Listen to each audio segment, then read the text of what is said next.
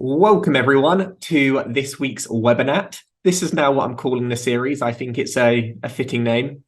We are going to be looking at, yeah, you like that? We are going to be looking at the service user movement, or experts by experience. And this is a term that's chucked around all over the time. Yes, expert via experience. But what does it actually mean, and does it actually lend any weight to it? At Exceptional Individuals, where I work, we always pride ourselves in being experts via experience. And to be honest with you, I thought it was a bit of a buzz term. Maybe it is, maybe it isn't.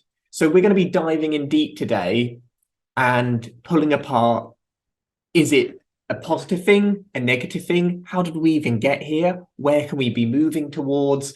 And going along in that general direction. So hopefully we're all on the same page. Today we are talking about service user experts via experience in general, but we're obviously going to have a bit of a hyper focus on autism and neurodivergent because that's what we do. And we're going to be talking a little bit about all sorts. Now, as a lot of you probably know by now, we are a social enterprise, meaning we try to do more good in the community than negative. We are a team of experts by our experience. Now, I use that term every week. What does it mean? Well, does it mean that we're unqualified to do what we do? Or does it mean that we're the best possible person in order to support someone because we've actually lived through it? And that is what we're going to be weighing up today. Ultimately, I think it will come down to a bit of both here and there and trying to find the right happy medium. Now, our last webinar, which April edited, is now live, so I do encourage you to check it out. And this is the What Even Is Mental Illness Recovery. And we're looking into what does recovery look like, and again, with a bit of a lens on it about people who are neurodivergent, who also happen to have a mental health condition, carefully to separate the two while also acknowledging that they kind of go hand in hand. So expert by experience. An expert is someone who hopefully knows what they're talking about. An experience is someone who actually lived through it. Where you might have an academic expert, someone who has studied hard and long hours, but might not have that personal approach. I mean, I'm very curious to know your own expectations and understanding around this. I've been taught by conventional experts and I found them to be quite out of touch, but I've also been taught by experts by experience and kind of felt, do you really know what's going on here? So I think there's kind of things to be learned from either side, but hopefully I'll give a nice balanced argument. And even though right now, I would say I'm a little bit of both because I'm doing my master's in neuroscience, but I also am neurodivergent. So where does that place me? And how long can you be an expert via experience? Is there like a time limit? Does it expire? Are you only an experience on your exact type of condition? But then you could also put the same arguments on a doctor. A doctor of what? If you look at a lot of neurodivergent experts, they'll say, oh, they're a doctor. If you go on their LinkedIn, you'll be like, wait a sec. That's not related.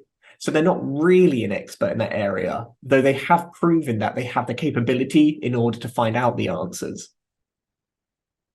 Now, to start with, we need to understand how we even got into this situation. So let's kind of dial it back to the 1960s. Great time for music, maybe not a great time for mental health. Now, de-institutionalisation, it's a long word, but hopefully you can read it for yourself. This is when we decided, oh my God, the health system, it's costing us a pretty penny. We need to start cutting those beds. So they started getting rid of institutions like asylums, mental health facilities, and moving it off into the community. Now, not everyone thought this was a good or a bad thing. We talked about this in a previous webinar, and I'm curious to know your thoughts and views on it. But the National Hospital Plan 1962 was to start the movement. Mental hospitals provisions halved. So at its peak, we had the biggest mental health institution in all of Europe, had like 2,000 beds for this one area. We have an overhaul to existing health policies. We were cutting policies, creating new ones left, right, and center. And there was also this movement about anti-psychiatry. And though I'm not going to go into detail about this today, it was essentially kind of questioning everything, turning everything up inside its head and saying, why are we even doing this? Does it even work? An example of one of the famous asylums was Colony. It's now since changed its name. It needed a bit of rebranding, to be honest. And this was a massive lunatic asylum. Now, when we think of lunatic, we think of like American Horror Story, you think of something quite like sinister and scary. It was a normal term. And most people these days would say it was a negative thing. And that's because of how it's been represented in the media. But let's not kind of jump to that conclusion straight away, because if someone had a mental health difficulty, in kind of a conventional hospital, they were not equipped. And you could argue that a lot of mental health services today that are community-based are not equipped. So these asylums, at least they were as a dedicated place where people could stay and hopefully recover. That's the positive. The downside of them is people didn't know what they were doing. It wasn't a great service. It was just lumped in a bed, heavily medicated, and it was insanely expensive. As I mentioned, this was the biggest one in Europe. It was huge. So this kind of movement of kind of taking people back out into the community, it sounds quite holistic, doesn't it? Oh, community, family, looking after us. Or does it just translate to on your own now, kid? Figure it out for yourself. It is a challenging one. So yeah, you tell me. Now, the next one is Bethlem Royal Hospital. And this is a pretty notorious one. It was founded really long ago, but now it is part of SLAM. SLAM sounds quite painful, to be honest, like a bit physical, but it's called South London and Maudsley NHS Trust. Now, there was a lot of talk of disorder and neglect and just not being a really dreadful place. So when you think of like, oh, it's Bethlem in here, or oh, Bedlam, I always think of like this location. You kind of see pictures of just like a battle royale, everyone left to their own devices. So though not all asylums were negative, this is kind of where that kind of mental image comes from. And this mental image was a big part of what led us to stronger community care. Now, this picture is quite disturbing and unfortunately is a real picture from an asylum. It's someone who was receiving electric shock therapy. Now, obviously, it's a bit emotive, but I want to go back to the question. Do you think, weighing up the pros and cons, was the closure of asylums the right choice? 100% yes or no? And I can see, yeah, there we are. Now, before I did my research in this, I would have said 100%. It's definitely the right thing. But when you learn at the state of mental health right now, maybe the name asylum was problematic, but the idea of having a dedicated location which supported people and gave beds should people need it definitely had its merits. It's a really interesting one. But I think, in its current form, yes, probably was a good thing. But with reform, we probably still need those institutions, or at least a kind of an updated version of them. Now, since the closing of these asylums, this is when the movement of service user rises up. I'm going to be talking a bit more about what we mean by service user shortly, but it's kind of in the name. Someone who benefits from the support, who is kind of championing it and the care. So decarceration means reducing so many big words today. Did I mention I'm dyslexic? I hope so. Yeah. So the growth of the service user movement was in the late 20s, and this saw community-based studies, patient-authored accounts, and mental health activists. This was a big deal. Before, if you had mental health issues, you were seen and not heard. You were very much the problem and not the solution. In the 19th and 20th century, this is when they decide to really question that. Now, maybe this was already bubbling under the surface anyway, but the fact people were pushed out of the conventional care kind of meant they had to find their own. Look, big for there, Mad Pride. I mean, it was a positive movement, but it did. You've also got to think what filled the void of the lack of beds. Now, here's an interesting quote from Jasna Russo, who's a researcher, and I'm going to paraphrase this, but it's kind of interesting. She says service users, which is a term that is used in Europe, including the UK, or customers, which is more heavily used in Australia, New Zealand, Australia, are two different perspectives. And it's probably because they have different terminology and different language. Now, this isn't just a difference in language, it's also a difference in perspective. Service user focuses on reforming the existing system, while the second one puts the entire psychiatric system in question, including the very premise of mental illness. Really important. So service user, this is when we're trying to say, let's reshape what we've got into something better. Where a consumer, it kind of makes it more capitalist, more kind of like money orientated. It is something that you are given and how you work with. So though these words you might think could be interchangeably, they're just kind of regional differences. No, they are different. And they have quite big different ramifications. I mean, I'd like to know your personal perspective. Would you prefer the term being a service user, or would you prefer being a consumer? Now, again, not a right or wrong answer to here. I don't really think I like either, to be honest. Consumer sounds a bit too corporate-y for my liking, but service user makes me sound like I'm just some like person trying out a computer program or like some sort of like robot. Not really for me. But interestingly, that this group has decided 50-50. Oh, Emma says consumer indicates a choice. Oh, that is a really good way of looking at it. Service, well, a user, though I don't think it goes against having a choice, it definitely doesn't promote choice. But a consumer, yes. The only other thing I think, though, when I think a consumer, I do think money. So yeah, I don't know which one's right or obviously there isn't a right or wrong, but they're still problematic anyway. Oh, April says, when I was living in residential care, my housemates and I were referred to as service users. I preferred the term housemates because it sounds more homely. Yeah, that's a nice way of doing it as well. I would say that both service user and consumer do sound quite cold. Now, question to really kind of push it a bit deeper. What are your thoughts on the term service user? April's already shared hers. If you have any others, please do share.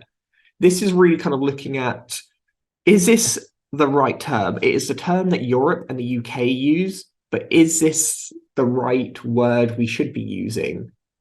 Okay, patient sounds a bit too clinical and it sounds like you have a bed, which you do not. User, it's like when I worked at the Prince's Trust, nobody had any idea what to call young people. We called them young people, but even that was problematic. Well, you can't call them youngsters, it's condescending. We don't call them teenagers, it has negative connotations. Young people, well, why are we saying they're any different from older people? And is it rude to call someone an older person? So language is important, but also really challenging in order to find the right approach. Or we've got, it does not sound as homely as housemates or tenants if they live in residential care or supported living. Yeah, really cold. We've got, it places a responsibility to provide a service on the NHS, etc. Yeah, so then it kind of does come like it's part of our rights as taxpayers in order to kind of receive this treatment. Now, whether that also brings its own challenges because, when the NHS is bad, and let's be honest, it's not doing great at the moment, we say, oh, well, it's the NHS, at least it's free, we should be grateful. And it changes the argument, like, should we be grateful for what we've got, even if it's not great, or should we be able to hold it accountable? I know when I was in the NHS recently and the service was dreadful, I found it really difficult to be critical because nurses were working so hard and I know the country was under great strain. So it was this real kind of divide between I wanted quality service as a consumer, but I also wanted a more like kinder like national health system approach. So for service user, what criticism do you most agree with? Do you think service users, do you think it lacks value? Does the term really give anything to the individual? Is it restrictive? Does it not support certain people? Why, also, I already said restricted. One way it can be quite restrictive is, say you are not a user because you can't have access to care, or that care is not available, or for whatever reason you believe, yeah, I don't want to do it. And those people wouldn't come under that kind of label then. We've got, is it a passive term? So, it's not very empowering. We've got no individual's identity, and that's what we meant by cold, just doesn't really kind of connect with anyone. Or misses those unable to access support, which I just said a moment ago. I mean, again, it is a little bit of all of these things, but my big question to all of you would be, okay, what do we call it then? What is a better name? Being able to say something is not good is one part of it, but how do we push it a step further and do it something which could actually be meaningful? Okay, we've got a fun spinny wheel now. The service user involvement. So what do service users actually do when it comes to being an expert via experience? Well, they often help the design of systems, processes, designs. They choose what to do with the results. Okay, so we found out that like 1 in 10 people have dyslexia. Well, what do we do with that information? Another area that they potentially look at is, we've already done design. We've also got data collection and data analysts. Now, some of these things are really great that everyday people are having, throwing their hat in the ring. But if it's all service users who are created by and for, does that create its own problems? Like, again, we often say that exceptional individuals, we're a neurodivergent organization created by neurodivergent people for neurodivergent people. And while that sounds really good on a tin, is that really what we want? I don't know. I think for some things, definitely, but there are other things where, would I want an expert by experience for a heart surgeon? No. Just because someone has had their heart tinkered with doesn't mean that they then know how to tinker with a heart. And I think the same kind of thinking also applies to mental health. But if I was to speak to someone who had their heart tinkered with and I was about to have the operation, it would probably help calm my nerves and I would kind of feel that more personal approach. So I don't think it's all bad or all good. Now, there are lots of benefits of this service user involvement. And again, service user involvement is a more clinical term. I was saying expert by experience, also less of a mouthful. So that's why I'm mainly using that term today. Now, on here, we've got highlighting server users' concerns. So again, just a bit more empathy, allowing someone to connect, saying, you know what, I've been in your situation. I get it. It's hard out there. It's less condescending. If I have a doctor saying, oh, it must be so difficult to have OCD, right? Well, you have no idea. But if I speak to someone who has OCD, though theirs is different from mine, at least we have some common ground to connect on.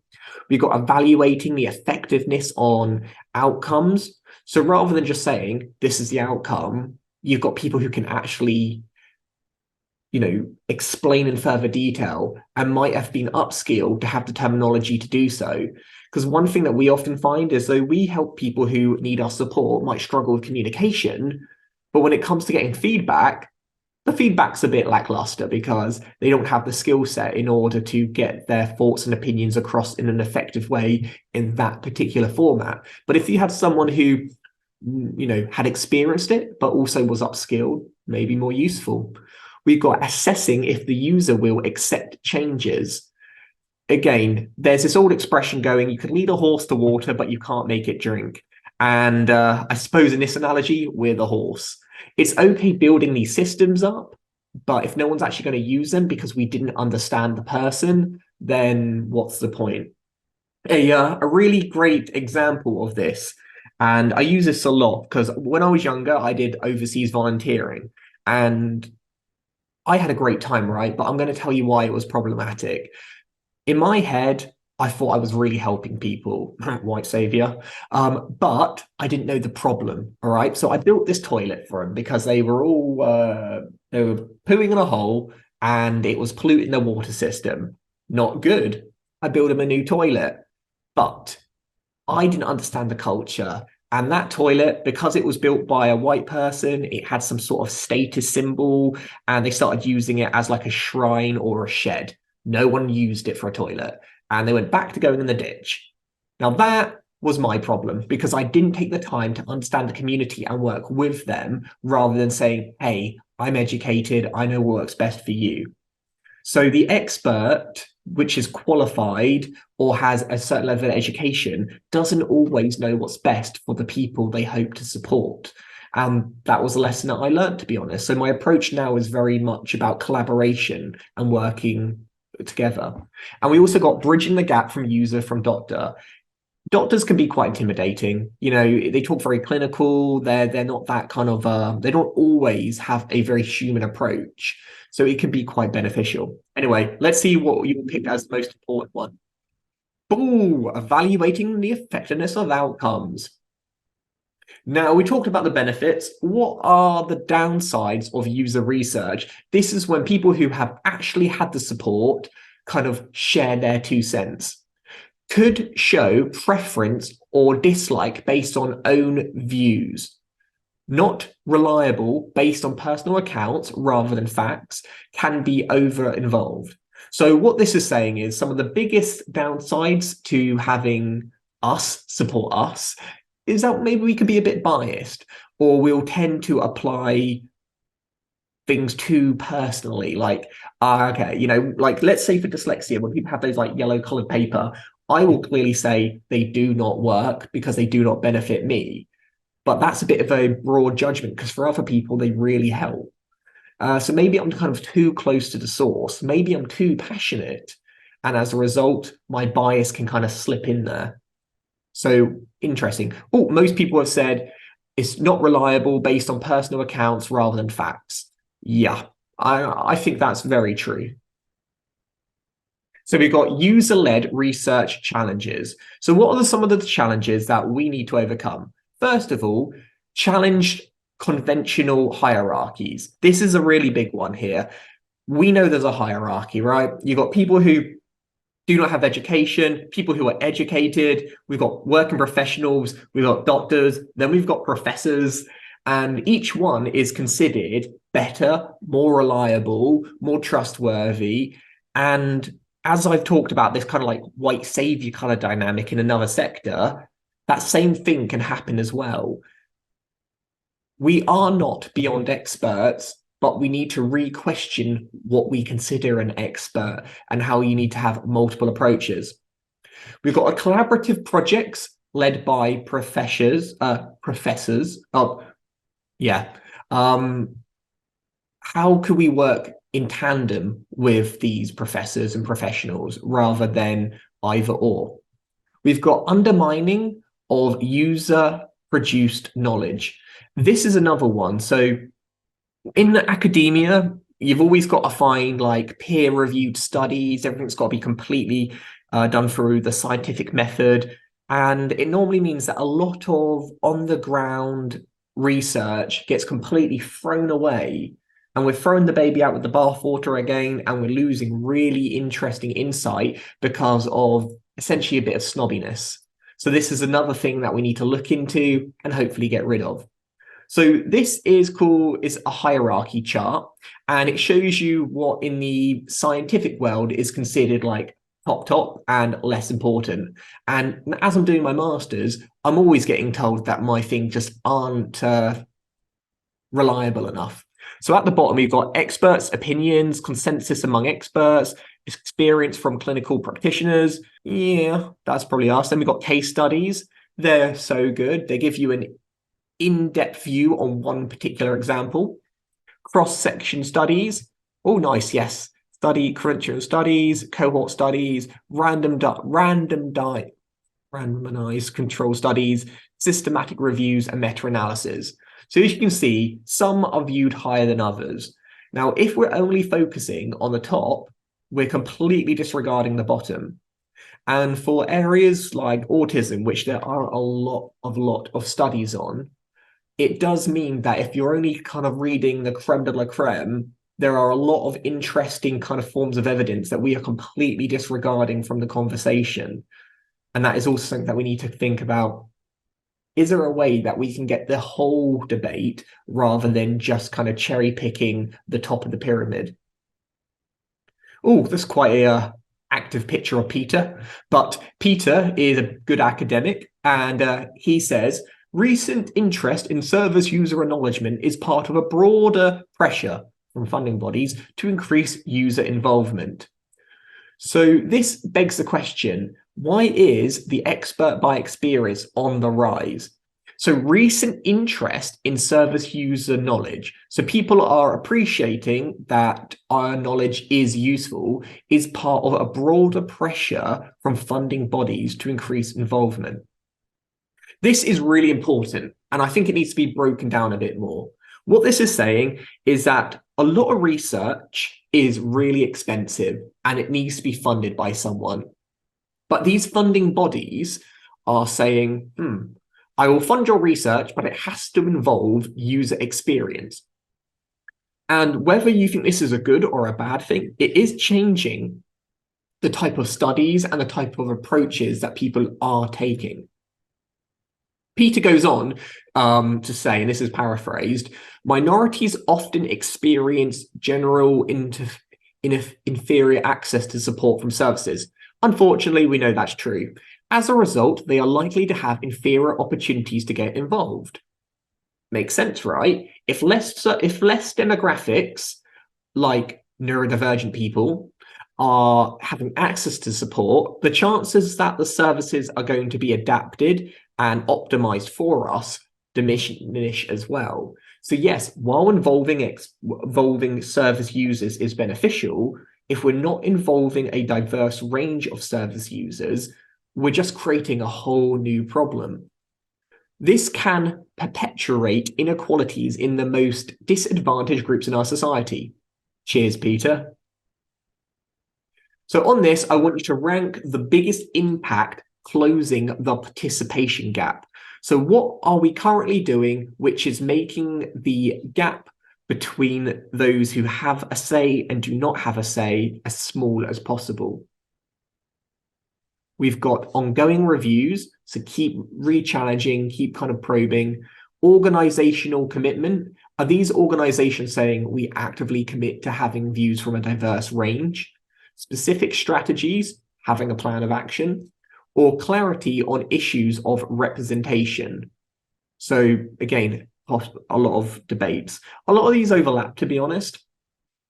But I think reviewing policies are really vital because we're always going to be eliminating one group one way or another. So to at least minimize that or to counteract that, to keep reviewing. Okay, most people have said clarity on the issues of representation. Yeah, what does it mean to be representative? Are we going by the percentage of certain demographics in a society, or do we want a nice straightforward, two are you, two are you, two are you? What about people who do not have the background in order to verbalize their views? What about, do we take into consideration people's political leanings? There's so many factors which can kind of distort a study. And this is why we want more and more people to take the studies. But this demographic, one, are hard to find, two, are vulnerable more often than not. So you've also got to be very careful about how we involve them. Some questions which I think are worth asking, and I would love to know if any of you have any thoughts or opinions on these. What are the pros and cons of including service users' perspective in research and practice? Ultimately, is it good? Is it bad? Then, how can we balance the need for community-based care with a more structured care for certain patients? This one I like quite a lot because it's not saying one nor the other is good nor bad. It's saying we need both community care where we have experts via experience, and we also need structured care in hospitals. It shouldn't be one or the other. We should have access depending on the individual person's needs. We've got how can we better involve neurodivergent service users in decision-making and policy developments? So great. It's okay saying we're willing to have your support, but how do we make that kind of that platform accessible and inclusive for all different types of people, no matter how they communicate with the rest of us? And lastly, are there any other questions which we haven't asked, which are really important? Now, these questions you can either answer or they can be hypothetical, whatever works for you. But I think it shows us there's still more questions that need asking and answering before we can say with complete certainty that we're doing the right thing. In the right situation, an expert by experience can be an absolute invaluable asset. It can make us feel together, not alone, involved, part of the discussion and using our challenges to better other people's lives, which is so empowering. But on the other hand, it can be potentially really damaging. And if people aren't trained or have the correct knowledge or insight, they can show a very one-dimensional view of the challenges, which again might not be that helpful to everyone. It's an area which there's a lot of movement, and I think we keep going from one extreme to the other extreme. And rather than just finding a middle ground, we've got to kind of collaborate effectively together. Hopefully the key takeaways from this session is as followed. The expert by experience movement values the perspective of people living with experiences of mental illness/MD. Now, I put the bracket there because the term is used for mental illness, but as we know, being neurodivergent is not a mental illness. So it's important to say that while you can be an expert in both, typically you tend to be a neurodiverse person who has a mental illness, and that's your experience. So it's just about looking at mental illness with a different lens. It promotes a more collaborative and person-centric approach to mental health, more personal, more homey, more caring and love. As I say, it takes a community to raise a child, and I think it also takes a community to support people and help people with their journey and any difficulties. It challenges stigma and discrimination related to mental illness. If more people talk about it, it's less stigmatized, more people will get help. Nice and simple. And if it's more collaborative, if you feel less vulnerable, and again, it goes from passive to active. It involves people living with experience in shaping mental health systems and policies. Really important, supporting in shaping systems. We're not saying, we're done with experts. We're saying we're challenging what it means to be an expert, and we're involving multiple voices in coming with the best possible outcome. Now, here are some references to hopefully prove I wasn't making any of this stuff up. I don't expect any of you to read it, but at least you know it's from somewhere. Our next one, though, is Neurodiverse Therapy. And this is going to be looking at different therapies that are used to support people and how they relate to neurodiversity. So again, when you have difficulties with neurodivergence, it's not just an isolated thing. It affects an entire family dynamic. Sometimes the issue is on the neurodiverse person kind of learning to adapt to this neurotypical world. And other times it is a neurotypical parent who is still trying to kind of get to grips on what it actually means and how to get the best out of their child or family member or even partner. So we're going to be looking at that from that perspective. We're also going to be looking at why some therapies just do not work for neurodiverse families and why that might be. So it's definitely an interesting one to take a look at. So that is next week. And we do record all these webinars. So as you can see, we've got a nice selection of webinars that we've done before. The science of this, the history of that, a look into that, all interactive, all user-led, all done by experts by experience. Now you are equipped with the tools and knowledge to determine whether or not that actually means anything and if you think it is of value. Personally, I think it does have a lot of value, but I like to complement it by our experts. So as you'll notice, I'll normally say, what is my opinion and the people I work with? And what are the experts saying? So we're doing a nice this and that. And that has changed. If you look at our previous webinars from a year ago, it was just our opinion. Now we have changed. And I hope that has changed for the better.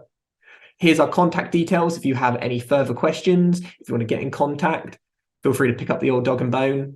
Otherwise, I hope you enjoyed that, and hopefully I will see you next Thursday. Cool. Thanks, Emma. I love the enthusiasm. Thanks, April. Thanks, Jeff. Thanks, Opie. And yeah, see you all soon.